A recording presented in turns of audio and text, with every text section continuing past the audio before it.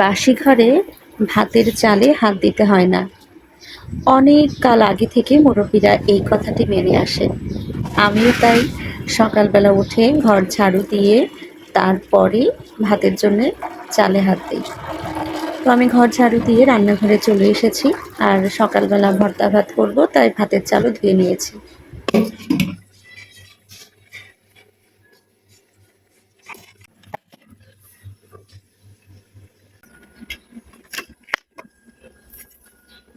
ফ্রিজে ডিম রাখার কেসটা অনেক নোংরা হয়েছিল।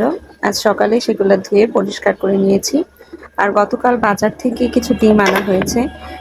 রাতেই সেগুলোকে ধুয়ে পানি ঝরানোর জন্য চালনিতে রেখে দিয়েছিলাম। সকালবেলা ফ্রিজে সেগুলো সুন্দরভাবে সাজিয়ে দিচ্ছি।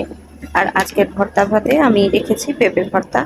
বাইরে তো অনেক গরম, তাই একদম সহজ পাচ্য একটা খাবার রাখতেই মন চাইলো।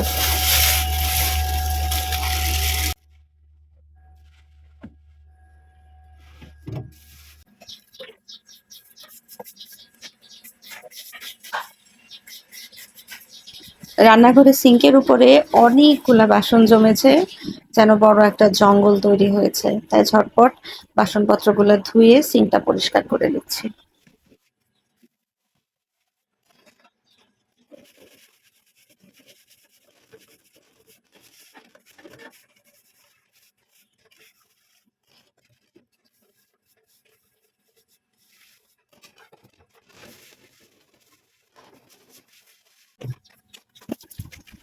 আচ্ছা, রান্না বান্না খাওয়া দাওয়া যদি না থাকতো তাহলে মানুষ সারাদিন কি করতো? এই যে আমি সারাটা দিন টুকটাক টুকটাক করে বাসনপত্র ধুচ্ছি, গোছাচ্ছি, রান্না করছি, এই কাজগুলো থাকতো না। অন্য কোনো কাজ থাকতো অবশ্যই।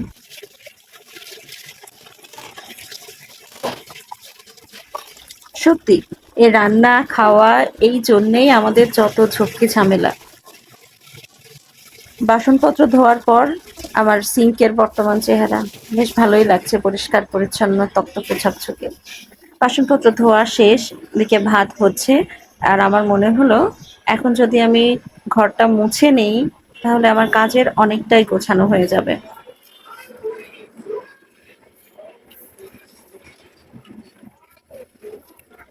আজকে বাচ্চাদের আবদার, তারা চিকেন ফ্রাই খাবে। তাই আমি চিকেন ফ্রাইয়ের জন্য মাংসগুলো কেটে ধুয়ে পানি ঝরিয়ে রেখেছি। আর এখন এগুলোকে মেরিনেট করে নেব। মেরিনেশনের জন্য আমি দিয়ে দিব এক এক করে সব মশলা, এবং সাথে থাকবে সিরকা। যদি সিরকা না থাকে এক্ষেত্রে লেবুর রস ব্যবহার করা যায়। লেবুর রস অথবা ভিনেগার যে কোনো একটা ব্যবহার করলেই চলে। চিকেন ফ্রাইয়ে কি কেউ হলুদ ব্যবহার করেন? আজকে কিন্তু আমি হলুদ ব্যবহার করছি। আমার কাছে মনে হলো মাংসটা কামড় দেওয়ার পরে সাদা সাদা দেখা যায়, ভালো লাগে না, একটু হলুদ দিলে বন্ধ হয় না। তো এরপরে আমি একে একে ধনিয়া গুঁড়া, জিরে গুঁড়া, শুকনা মরিচ গুঁড়া, তারপরে একটু বিট লবণ, তারপরে আদা রসুন পেস্ট, সাথে একটু ভিনেগার, সবকিছু দিয়ে মাংসটাকে মেখে রাখবো। এটাকে এমনভাবে মাখতে হবে যেন মাংসের প্রত্যেকটা কোণায় মশলাগুলো যায়। একের পর এক থরে থরে সাজানো আমার কাজ। এখন মরিচ পেঁয়াজ কেটে নিচ্ছি, ভর্তার জন্যে ভাজতে হবে। অবশ্য অনেকেরই ভালো লাগে কাঁচা মরিচ পেঁয়াজের ভর্তা। আমার কিন্তু একটু ভাজা মরিচ পেঁয়াজের ভর্তা হলে ভালোই লাগে। আর এর সাথে যদি থাকে একটু ডিম ভাজি। সরিষার তেলের ভেতরে যখন পেঁয়াজ আর মরিচটা দিই তখন এত সুন্দর বাবল হয়, একেবারে ছোটবেলার কথা মনে পড়ে যায়। মরিচ পেঁয়াজ ভাজা শেষ, এখন সেই মজার ডিম ভাজিটা করে নিব। আমি একটা ডিম ভাজবো মরিচ পেঁয়াজ মিশিয়ে, আরেকটা ডিম ভাজবো মরিচ পেঁয়াজ ছাড়া।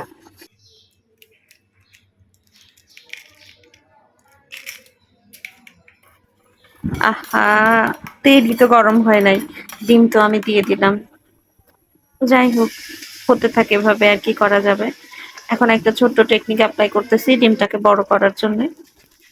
এক সাইড করে নিলে ডিমের ভেতরে যে অংশটা লিকুইড থাকে ওইটা পড়ে যেয়ে ওইটা আবার আরেক খণ্ড ডিমের আকৃতি নেয়। তো ছোট্ট একটা ডিম কিভাবে ৩ খণ্ড হয়ে গেল। এখন আমি ডিমটা পোস্ট করে নিচ্ছি। অবশ্যই এই ডিমের কুসুমটা শক্ত থাকবে। ডিম ভাজি করে আমরা কিন্তু নাস্তা করে নিয়েছি। আমি সাথে সাথেই চলে এসেছি রান্নাঘরে দুপুরে রান্না করার জন্যে। আর আমি কড়াইয়ে বড় ১ চামচ ঘি নিয়েছি। ঘির ভেতরে কিছু কাজু বাদাম এবং কিশমিশ খুব ভালো করে ভেজে নেব। ঘিয়ে ভাজার সময় যে একটা সুন্দর মিষ্টি ফ্লেভার আসে, এই ফ্লেভারে আমার মেয়ে ঘর থেকে চলে এসেছে। জানতে চায় মা কি রান্না করছে। তো যখন দেখলো যে আমি বাদাম ভাজছি, সে বুঝে ফেলেছে যে মা পোলাও রান্না করবে। আজকে আমি ঘরে থাকা টুকটাক কিছু সবজি দিয়ে সবজি পোলাও রান্না করব। আমি কিন্তু এর আগে কখনো সবজি পোলাও রান্না করিনি, আজকেই ফার্স্ট করছি। তো পোলাও কিছুক্ষণ জাল হওয়ার পরে দেখলাম মোটামুটি হাফ সিদ্ধ হয়ে গেছে। আগে থেকেই ভেজে রেখেছি বাঁধাকপি, আলু আর মটরশুঁটি। ওইটা আমি এখন পোলাওর মধ্যে দিয়ে দিয়েছি, সাথে দিয়ে দিয়েছি কাজু কিশমিশটা। এখন আরেকটা কড়াইয়ে ঘি নিয়ে নিয়েছি এবং আগে থেকে মেরিনেট করে রাখা কয়েক টুকরা মাংস ভেজে নিয়েছি। এবার ভাজা ঘিয়ের ভেতরেই একটা রসুন কুচি কুচি করে কেটে হালকা একটু ফ্রাই করে মাংসের সাথে মিশিয়ে নিলাম। এবার দিলাম কিছু পেঁয়াজ। পেঁয়াজগুলো একটু বড় বড় টুকরা করেছি। এটাকে একটু হালকা ভেজে নেব।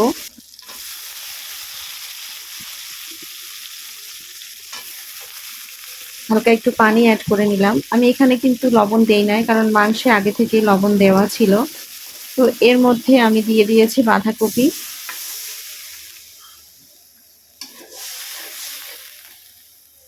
আজকের রান্নায় আমি শুধুমাত্র সেই সবজিগুলোই ব্যবহার করছি যেগুলো বাসায় আগে থেকেই ছিল। আমি কিছুই এক্সট্রা কিনি নাই, কারণ আমরা আজকে ঠিক এ ধরনের খাবার খাবো, এটা একদম হঠাৎ করে প্ল্যান করেছি। তো সবজিগুলা একটু কষাতে কষাতেই মনে হলো মটরশুঁটি আছে, এগুলো দিয়ে দেই। ফ্রিজ থেকে মটরশুঁটি বের করে একটু ধুয়ে সবজির মধ্যে দিয়ে আর একটু কষিয়ে নিচ্ছি। এটার ভেতরে আমি একটু আদা এবং একটু রসুন বাটা দিয়েছি। তো এখন পানি দিয়ে দিচ্ছি। রান্না হতে থাকবে এভাবেই।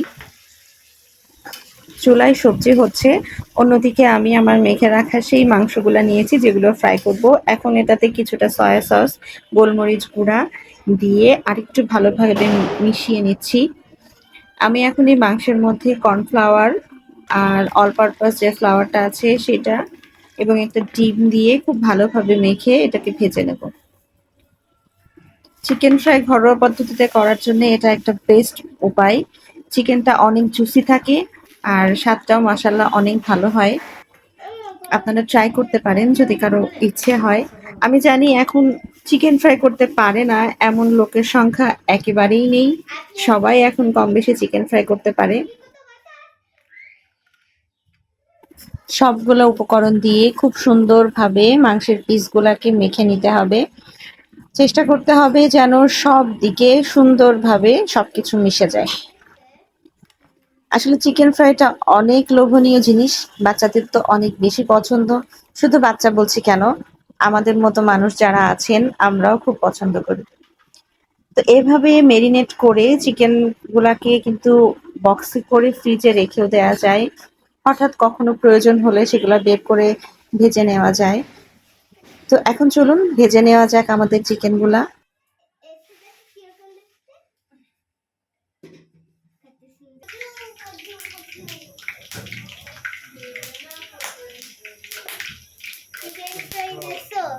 আমার রান্না তদারকি করার জন্যে আমার ছোট মেয়ে এসে ঘুরে গেল।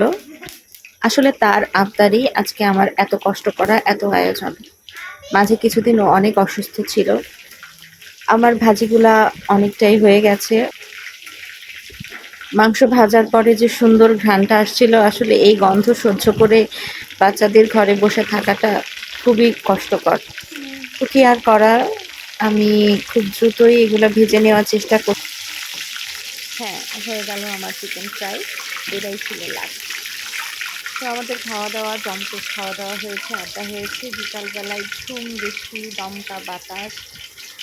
আসলে সারাদিনের ক্লান্তির পরে এক ফোঁটা বৃষ্টি যেন জীবনে নতুন প্রাণ ফিরিয়ে দিল। আলহামদুলিল্লাহ, আলহামদুলিল্লাহ। সারাদিনের সব কিছুর জন্য আল্লাহর কাছে শুকরিয়া জানাচ্ছি। আজকের ভিডিওটা এই পর্যন্তই। আমার ভিডিওটি যদি আপনাদের কারো ভালো লেগে থাকে অবশ্যই একটা লাইক করবেন, কমেন্ট করবেন, শেয়ার করবেন। আর আপনাদের মূল্যবান মতামত আমাকে জানাবেন। আমি আমার ভিডিও ইমপ্রুভ করার জন্য আপনাদের পরামর্শ চাই। আর আমার পাশে থাকবেন, আমাদের জন্য দোয়া রাখবেন। আসসালামু আলাইকুম।